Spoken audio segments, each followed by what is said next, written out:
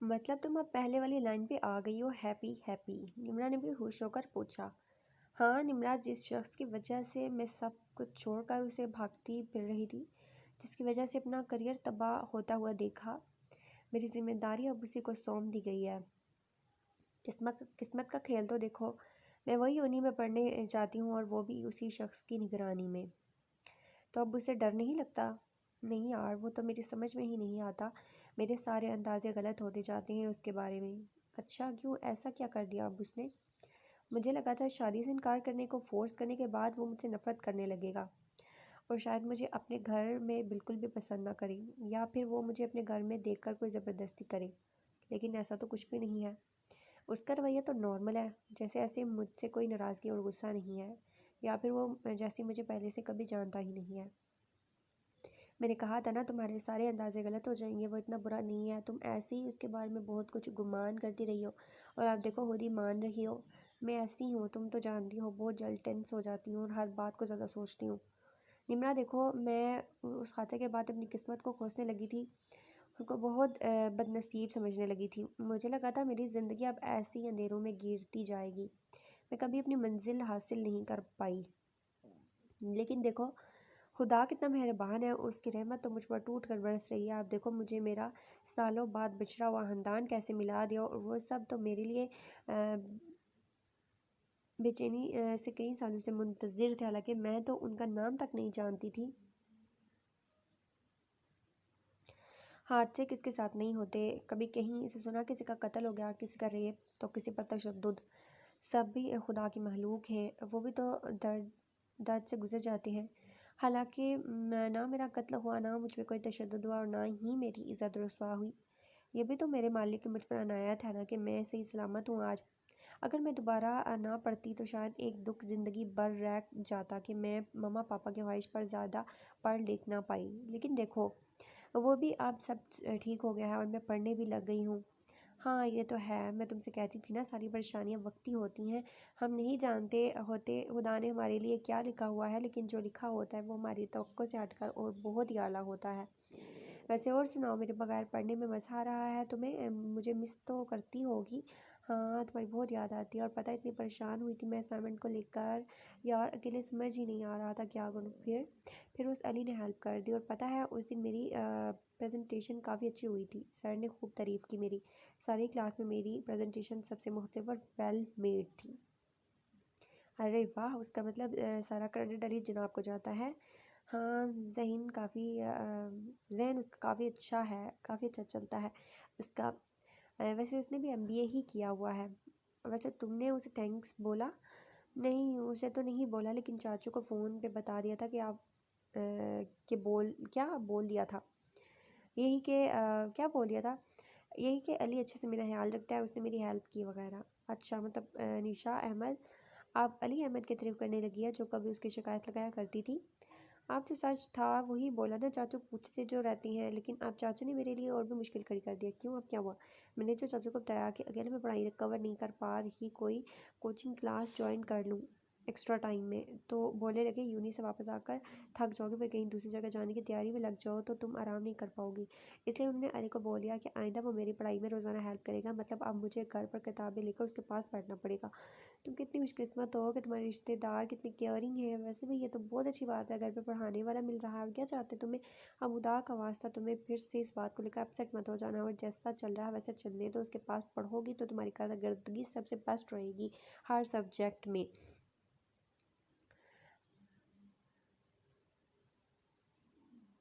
दादू ज़ारा कहाँ है? नज़र नहीं आ रही, उमैर ने उसके पास बैठते हुए पूछा। वो सुबह ही हैदराबाद चली गई। क्यों? उसके बाबा की तबीयत ख़राब है। क्यों, क्या हुआ उसके बाबा को? ज़ारा ने मुझे बताया अभी नहीं, ऐसे कैसे चली गई? उमैर, तुम अब ज़ारा की फिक्र करना छोड़ दो तो अच्छा होगा बेटा। हो सकता है अब उसके घर वालों ने उसकी शादी करनी हो तभी उसे बुला लिया हो, और एक ना एक दिन उसे यहाँ से जाना है। तुम्हारा उस पर कोई हक नहीं है। तुम आप अपनी ज़िंदगी के बारे में सोचो, अपनी शादी का सोचो। ज़ारा का पीछा छोड़ दो। अगर मैं तुम्हारे लिए कोई रिश्ता पसंद करूँ तो क्या तुम राज़ी हो जाओगे? दादो, ज़ारा के बाद कोई और लड़की मेरे दिल में नहीं आ सकती, इसलिए मैं शादी करके किसी की भी ज़िंदगी बर्बाद नहीं करना चाहता। आप प्लीज़ मेरे लिए कहीं भी रिश्ता मत तलाश करें। तो क्या सारी उम्र तुम ऐसे अकेले गुजार दोगे? हाँ शायद। वहीं बैठी उमर को देखती जा रही थी। हेलो हेलो अम्मी, मैं सारा सारा की आवाज़ रोनी थी। क्या बात है, रो रही हो? अम्मी मेरी ज़ारा का तो नसीब ही ख़राब है, शोएब ने मंगनी तोड़ दिया है। सारा खुलकर रोने लग गई। ये तुम क्या बोल रही हो, हुआ क्या है, कुछ बताओ तो सही। अम्मी शोएब किसी और लड़के को पसंद करता है। ज़ारा से रिश्ता उसके दिल पे नहीं हुआ था। जब से उसने शादी से इनकार किया, फ़रीद की तबीयत बहुत ख़राब हो गई है। कुछ समझ नहीं आ रहा मैं क्या करूँ। तुम परेशान मत हो, अल्लाह सब बेहतर करेगा। और तुम लोग बड़े आपस में बैठकर इस मसले को सुलझाओ। कहाँ गया फ़रीद का बड़ा भाई, जिसे बहुत फ़िक्र थी अपने भाई से जो रिश्ता जोड़ने की। उसे बुलाकर जवाब तलब करो अब। जी अम्मी, कल सुबह सब लोग इस मामले पे बात करेंगे और कोई फ़ैसला लेंगे। आप दुआ कीजिएगा हमारे हक़ में बेहतर हो। उमैर, कहाँ जा रहे हो इतनी सुबह सुबह? ज़ोया उसे जाता देख पूछा। ऑफिस का काम, रुको मुझे तुमसे बात करनी है। हाँ बैठो। यहाँ ज़ोया ने उसे बैठने को बोला और खुद भी बैठ गई। ज़ोया, नाराज़ हो ना बहुत मुझसे? क्या ये पूछने के लिए बिठाया है मुझे? तुमसे माफ़ी मांगने के लिए बिठाया, माफ़ नहीं करोगे? आप क्यों रो रही हैं? मैं आपसे नाराज़ नहीं हूँ मम्मा। उमैर ने उसके हाथ चूमते हुए बोला। तुम्हें पता है आज मैंने तुम्हें क्यों अपने पास बिठाया है? मुझे तुमसे बहुत ज़रूरी बात करनी है, तुम्हारी कज़न अफशीन। ओह, तो फिर से वही, प्लीज़ मम्मा नॉट अगेन। तुम बात तो सुनो मेरी। ज़ोया ने उसे हाथ से पकड़ते हुए फिर से बिठा दिया और अपनी बात जारी की। तुम्हारी कज़न अफशीन किसी लड़के को पसंद करती है तो अच्छा ही है मम्मा, उसकी शादी वहीं कर दी जिसे वो पसंद करती है। मेरी ना से कम अज़ कम अफशीन के तो उसकी मर्ज़ी से शादी करने की इजाज़त दे दें। बहुत नेकी का काम है मम्मा, आप उसके लिए कोशिश करें। जहाँ वो खुश है वहाँ उसकी शादी हो। मेरे लिए आपने कुछ नहीं किया तो अपनी भांजी के लिए ही कर दें और उसे मेरे साथ रिश्ते के लिए कोई फ़ोर्स ना करें। मैं तुम दोनों का रिश्ता साथ में करना चाहती हूँ। मेरा मतलब है एक ही वक्त में तुम दोनों का रिश्ता हो जाए और दोनों खुश भी हो जाओगे। मैं आपका मतलब समझा नहीं मम्मा। तुम यकीन नहीं करोगे, वो जिस लड़के को पसंद करती है वो तुम्हारी ज़ारा का मंगेतर है। अगर वो रिश्ता टूट जाता है तो तुम चारों की परेशानी हल हो सकती है। शुएब ने अफशीन को हाथरी कराई है कि वो अपना रिश्ता तोड़ेगा। अगर उसने ये सब कर दिया तो मैं सारा से तुम्हारे लिए ज़ारा को मांग लूँगी। लेकिन ये सब कैसे होगा, कब होगा? शोएब कुछ दिन पहले लाहौर से वापस आया है। इस बार उसने अफशीन से कहा था वो अपने घर में बात करेगा। आप देखते हैं, जो भी होगा पता चल जाएगा। फिर मैं अम्मी से भी मशवरा कर लूँगी। तुमने फ़ातिमा को पढ़ाना शुरू किया अली? नहीं मम्मा, मुझे लगा उन्हें जब पढ़ना होगा तो खुद बोल देंगी। अली ने चमचा हाथ में लेते हुए बोला। आंटी मुझे क्या पता उनके फ्री टाइम का, अक्सर औकात बिज़ी होते हैं तो ऐसे में मुझे अच्छा नहीं लगता तंग करना। अरे तो बेटा एक टाइम सेट कर लो ना जिस वक्त तुम दोनों फारिग होते हो। रात को डिनर के बाद। हाँ मेरे ख्याल से इस वक्त तुम दोनों फ्री होते हो। जी आंटी। वो लाउंज में किताबें लेकर सोफे पर बैठ गई। अली ने अपने कमरे से झांका तो उसके तवक्को के मुताबिक वो टाइम पर वहाँ बैठ गई थी। वो खामोशी से आकर दूसरी साइड उसके सामने बैठ गया। दोनों नज़रें झुकाए खामोश बैठ गई। वो पेन हाथ में लेकर इधर उधर करने लगी और जैसे उसे बात करने की उम्मीद करने लगी। वो बेचारा पहले ही उसकी डांट खाता आया था, इसलिए समझ ना आया कि शुरू कैसे करे। इसलिए सोचता रहा कि शायद निशा खुद ही कुछ पूछ लेगी। काफ़ी देर उसे खामोश बैठने के बाद दोनों की जान में जान आई। जब सना को आता देखा, दोनों उसे इस तरह घूरने लगे जैसे उसका इंतज़ार था। अरे आप दोनों मुझे क्यों घूर रहे हैं? परेशान ना हो, मैं यहाँ बैठने नहीं आई सच में। सना ने अपनी सफाई देते हुए कहा। अरे तुम ऐसा क्यों बोल रही हो, बैठो ना यहाँ आकर। नहीं आप भी मम्मा ने सख्ती से मना किया है कि पढ़ते वक्त आपको डिस्टर्ब बिल्कुल भी नहीं करना।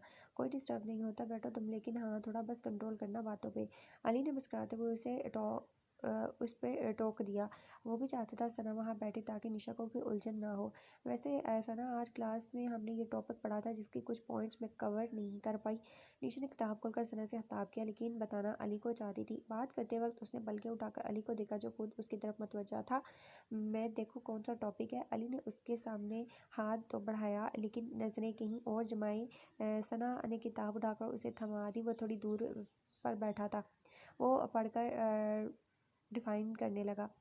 अरे आप ही बुक भाई के हाथ में है तो आप कैसे समझ पाएंगी, इतनी दूर से जाकर करीब तो बैठे। डरे मत, बहुत अच्छे टीचर हैं, स्टिक नहीं होती उनके पास, अलबत्ता कभी कभार हाथ उठा सकता है। सना ने अली को छेड़ते हुए बोला। सना अब तुम फजूल की बकवास बंद करो तो मैं कुछ समझाऊं। वो बोलते हुए अपनी जगह से उठा और निशा के करीब होकर खड़ा हो गया। अच्छा अच्छा ठीक है, मैं तो वैसे ही मैं बैठने नहीं आई थी, सोचा आप लोग को काफ़ी बनाकर दूं, ठंड बहुत पड़ रही है और आपका दिमाग भी फ्रेश हो जाएगा। वो वहाँ खड़े होकर उसे बहुत ही अच्छे तरीके से समझाने लगा और निशा पूरे ध्यान से उसकी बातें सुनती जाती और जहन नशीन करती जाती। अम्मी, ये तो बहुत गलत बात है ना, ख़ानदान इज़्ज़त और जज्बात के नाम पर बच्चे की ज़िंदगी बर्बाद कर देना। तैयब, मैं तो कहती हूँ कि हम फ़रीद भाई से खुद बात करते हैं, भला ज़ारा भी तो उमैर को चाहती है, फिर वो लोग उसके साथ इस तरह ज़्यादती पे ज़्यादती क्यों किए जा रहे हैं? अम्मी खामोशी से उनकी बातें सुने जा रही थी, उसके चेहरे पे भी गुस्सा वाज़िया था। हमारे वहाँ चलने का क्या फ़ायदा, वो लोग सबके सामने ज़ुबान दे चुके हैं, आप फ़रीद किसी भी हाल में ये रिश्ता नहीं तोड़ सकता। हमारी बात तभी बन सकती है जब फ़रीद के ख़ानदान वाले दोबारा रिश्ता ना लाते, तभी हम जाकर ज़ारा का हाथ मांग लेते। लेकिन अब तो, लेकिन अम्मी, वो ज़ारा से उम्र में काफ़ी बड़ा है, पहले से शादीशुदा और 3 बच्चों का बाप। भले ही वो उमैर को ज़ारा का रिश्ता ना दे, लेकिन ज़ारा के साथ ये जुल्म तो ना करे। उमैर वहाँ मौजूद था, लेकिन वो किसी गहरी सोच में डूब चुका था। उसकी सारी उम्मीदों पे पानी फिर गया था। शोएब की मंगनी तोड़ने पर उसी के बड़े भाई से ज़ारा का रिश्ता तय किया गया था और इस पर डायरेक्ट निकाह का बंदोबस्त किया गया था, ताकि बाद में कोई इस तरह का मसला पेश ना आ सके। वो कमरे में एक जानी बैठा अपनी उस पे बसी पे खामोश सा मातम मना रहा था। उसका फ़ोन काफ़ी देर से बज रहा था, लेकिन वो जैसे सुनने से कासिर था। उमैर, कब से तुम्हारा फ़ोन बज रहा है? उमैर किसी से बात करना नहीं चाहता था, लेकिन फ़ोन के बार बार बजने की सूरत में उसने जेब में हाथ डाला और फ़ोन ऑफ करने की नीयत से हाथ में उठाया। स्क्रीन देखकर वो थोड़ा चौंक उठा। वो जिसकी सोचे में गुम बैठा था, फ़ोन पे वही लड़की उसकी मुंतज़िर थी। वो उसकी मिस्ड कॉल्स को देखने लगा। उमैर, किसका फ़ोन है? ज़ारा का। उमैर, तुम कहाँ हो? इतनी देर से फ़ोन किए जा रही हूँ, उठा क्यों नहीं रहे थे? रो क्यों रही हो? सब कुछ जानते हुए भी उमैर ने उससे सवाल पूछा। तुम मोहब्बत करते हो ना मुझसे? उमैर, मुझे तुम्हारी ज़रूरत है, मुझे यहाँ से ले जाओ अभी। अगर तुम ना आए तो मैं मर जाऊँगी। तुम्हें खुदा का वास्ता उमैर, मुझे बचा लो। अगर तुम नहीं आए तो मैं जहर खा लूँगी। नहीं ज़रा, तुम ऐसा कुछ नहीं करोगे, मैं आ रहा हूँ तुम्हें लेने। उमैर उसकी बात सुनकर बौखला उठा, तेज़ी से बाहर की तरफ भागा। क्या हुआ उमैर, क्या कहा ज़ारा ने? वो उसके बात का जवाब दिए बगैर दौड़ता हुआ बाहर चला गया। तैयब और ज़रा उसके पीछे भागते हुए चले गए। रुको उमैर, तैयब ने उसके बाजू से पकड़कर ठहराया। पापा प्लीज़ मुझे जाने दे, देर ना हो जाए कहीं। पापा, ये वो शादी नहीं करना चाहती, मैं उसे लेने जा रहा हूँ। अगर मैंने देर कर दी तो कुछ उल्टा कर बैठेगी वो। तुम अकेले नहीं जाओगे, हम भी साथ चलते हैं। तैयब और ज़या ने अम्मी को आगाह कर दिया था और उसकी इजाज़त लेने के बाद हैदराबाद के लिए निकल चुके थे। मम्मा, कराची बात कर ली आपने? रात का वक्त था, डिनर करते वक्त अली ने बात का जायज़ा लेते हुए पूछा। हाँ, वो लोग कल से हैदराबाद में, फ़िलहाल तो कुछ नहीं बना। मेरे ख्याल से फ़रीद भी शायद कोई मुखालफत ना करेगा अगर वो लोग बस रिश्ते से हट जाए तो फिर मेरे ख्याल से चाचू को सीधा सीधा ज़ारा के होने वाले ससुराल से बात करनी चाहिए। तैयब भाई ने ज़ारा के चचा से भी बात करके देख ली, लेकिन वो तो इसी बात पर अड़े हुए हैं कि ज़ारा उनकी इज़्ज़त है। एक बेटे ने इनकार कर दिया तो क्या हुआ, दूसरा बेटा तो है ना, लेकिन हम अपने नाम की हुई लड़की को किसी और के हवाले नहीं करेंगे। तो क्या लड़की उनकी नज़र में कोई भेड़ बकरी है या कोई बेजान चीज़ है जिसके एहसासात की उन्हें कोई कदर नहीं? वो क्या चाहती है, कहाँ खुश है, उसकी परवाह के बगैर वो सिर्फ उसे अपनी इज़्ज़त के नाम पर उस तरह सज़ा देते रहेंगे? आज एक बेटे ने इनकार किया तो दूसरे बेटे के साथ शादी कर रहे हैं, कल दूसरा बेटा इनकार करेगा, उस तरह तीसरे के साथ निकाह का ऐलान किया जाएगा और जब कोई भी ना बचेगा तो घर के किसी जानवर के साथ उसका नाम जोड़ कर बैठा दिया जाएगा। लेकिन उसे अपनी मर्ज़ी और खुशी से जीने नहीं देंगे। क्यों हमारे माशरे में हमेशा औरत के साथ ये ज़्यादती की जाती है? शोएब ने आसानी से मंगनी तोड़ डाली। उससे किसी की कोई इज़्ज़त ख़राब नहीं हुई। उसने अपनी चचाज़ाद को छोड़कर किसी दूसरे से निकाह करना चाहा तो चंद दिन नाराज़गी के बाद सब राज़ी हो गए और उसे उसकी पसंद से निकाह की इजाज़त मिल गई, क्योंकि वो मर्द है। लेकिन ज़ाहरा, जिसने घर की इज़्ज़त रखने के लिए अपनी मोहब्बत तक का गला घोंट लिया, ये तक ना बोली कि वो किसी और को पसंद करती है, जिसने बाप की इज़्ज़त का खूब मान रखा, आज फिर उसी के साथ ज़्यादती की जा रही है। क्यों? क्योंकि वो औरत है। गलती शोएब कर रहा है। उसे अगर रिश्ता पसंद ना था तो वो पहले ही मना कर देता, या फिर उसने रिश्ता तोड़ भी दिया तो ज़ारा को भी पूरा हक था अपनी मर्ज़ी से फ़ैसला करने का। लेकिन ये कहाँ का इंसाफ है, गलती मर्द करे और सज़ा औरत को मिले। हम औरत को अपने घर की इज़्ज़त तो बोल देते हैं, लेकिन जिस इज़्ज़त के वो लायक है उसे वो रुतबा क्यों नहीं दिया जाता? क्यों हम उसे ज़रूरतों तक महदूद कर देते हैं? ये क्यों भूल जाते हैं उसे इस्लाम ने औरत को घर की ज़ीनत बनाया है और उसे घर के अंदर रहने का हुक्म इसलिए है कि वो हमारे घर की मलका और निगरान बनकर रहे। लेकिन हम क्यों मलका के बजाय उसे कैदी समझकर जबर करने पर बैठ जाते हैं और हाकिम बनकर उस पर अपने फैसले थोप देते हैं? निशा काफ़ी देर बड़े गौर से उनकी बातें खामोशी से सुन रही थी। उसके दिल में औरत के लिए इज्जत और मकाम देकर वह हैरान रह गई। पहली बार उसे अली की बातें सुनकर अच्छा लगा था। अली की बातों से उसने महसूस किया था जैसे वो उसकी सोच का आईना हो।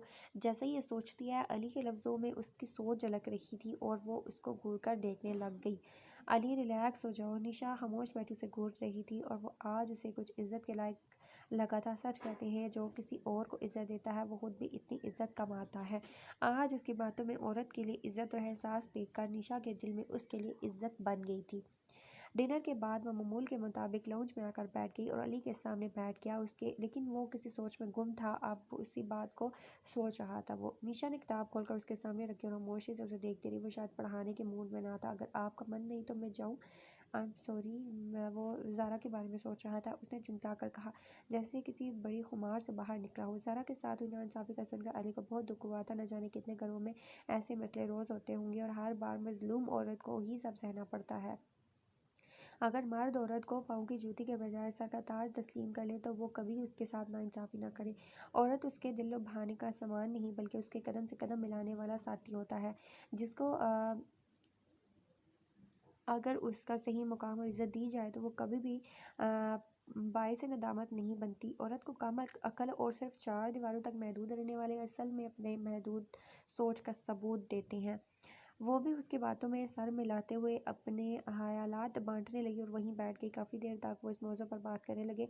दोनों की बातों में हम हंगी थी इसलिए देर तक वो यही मौज़ू चलता रहा।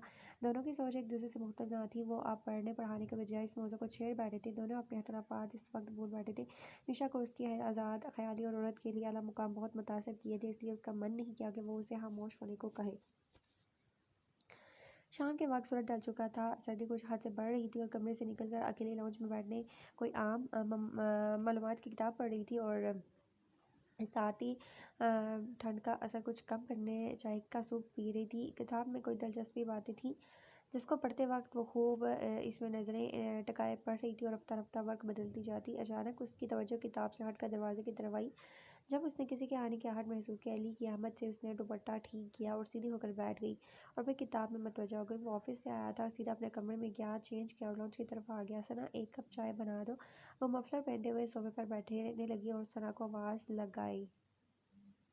सना घर पे नहीं है, उसने पलकें उठाकर जवाब दिया और नज़र फिर से किताब पे जमाई। मम्मा? अली किचन की तरफ देखते हुए पुकारने लगा। वो भी यहाँ नहीं है, दोनों बाजार गई हैं। चाय मैं बना देती हूँ, उसने किताब रखते हुए अली को देखे बगैर कहा। सना अब बोल के गई थी कि अगर वो लेट हो जाए तो मैं आपको चाय बना दूँ। वो बोलकर किचन की तरफ चल दी और काम करने लगी। उसने चूल्हे को जला दिया था, दूसरी तरफ बर्तन सेट करने लगी थी। सर्दी में उसने भारी शॉल पहन रखी थी जो काम करते वक्त बार बार सर पे आ जाती और वो उसका पल्लू खींचकर कंधे पे रखते हुए पीछे कर देती। आप चाय के लिए पानी चढ़ाकर वो कप सेट करने में लगी थी। अली किचन में आया, गिलास उठाकर जग से पानी लेने का निशा ने एक नज़र उसे देखा और देखकर नज़र उस पर टिक गई। उसके तासरात समझ ना सके। अली के चेहरे का रंग बदलता देखकर वो परेशान हुई। अली उसकी तरफ देखकर अचानक उसकी जानिब बढ़ने लगा और उसकी शॉल को ज़ोर से खींचा।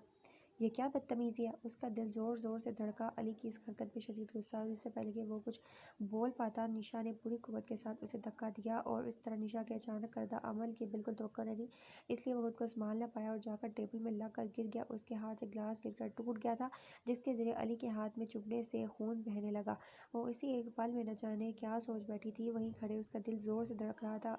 अली खुद को संभालते हुए खड़ा होने लगा था। जब निशा ने खुद को दुपट्टे के बगैर महसूस किया और नीचे की तरफ देखा तो उसकी शॉल को धीरे धीरे आग लपेट रही थी, जिसको वो महसूस ना कर पाई थी। आग को देखकर वो बुखला सी गई, दोनों हाथ मुंह पर रख कर जैसे खौफजदा हो गई। अली ने उसी दम पानी डाला और आग बुझाई। वो बहुत सहम सी गई थी और खुद को ऐसी हालत में देखकर शर्म महसूस करने लगी। अली ने अपना मफलर उतारकर उसे दे दिया, जो उसने फ़ौरन ओढ़ लिया। अली खून बहाता हुआ वहाँ से चल दिया और शर्मिंदगी से वहीं खड़ी रही। डिनर के वक्त इस्मा और सना मार्केट का हाल बयान करती रही। निशा उनके बीच खामोशी इस लम्हे को याद करती रही। अली भी वहीं पर था, लेकिन वो खामोश इस मंजर में खोया था। अली ने हाथ में चम्मच उठाना चाहा, लेकिन उससे चम्मच संभल नहीं पाया और गिरा दिया। गिरने की आवाज़ से सब उसकी जानिब मुतवज्जा हुए थे। उसके पूरे हाथ पर पट्टी बंधी थी। पट्टी देखकर इस्मा घबरा उठी और अपना खाना छोड़कर उसे देखने लगी। ये क्या हुआ तुम्हारे हाथ को अली? कुछ नहीं मम्मा, बस शीशा लग गया, मामूली ज़ख्म है। ये मामूली ज़ख्म है, देखें कैसे दर्द से करा रही हैं। एक छोटा सा चम्मच भी नहीं संभाल पा रहे। भाई आप भी ना। और छोड़ें, लेफ्ट हैंड से खाने की ज़रूरत नहीं है, मैं खिला देती हूँ आपको। सना ने उसके हाथ से चम्मच छीना और अपने हाथ से खिलाने लगी। निशा वहीं खामोश नज़रें झुकाए नदामत से बैठी थी और मन ही मन में खुद को कोस रही थी कि यह सब उसकी वजह से हुआ।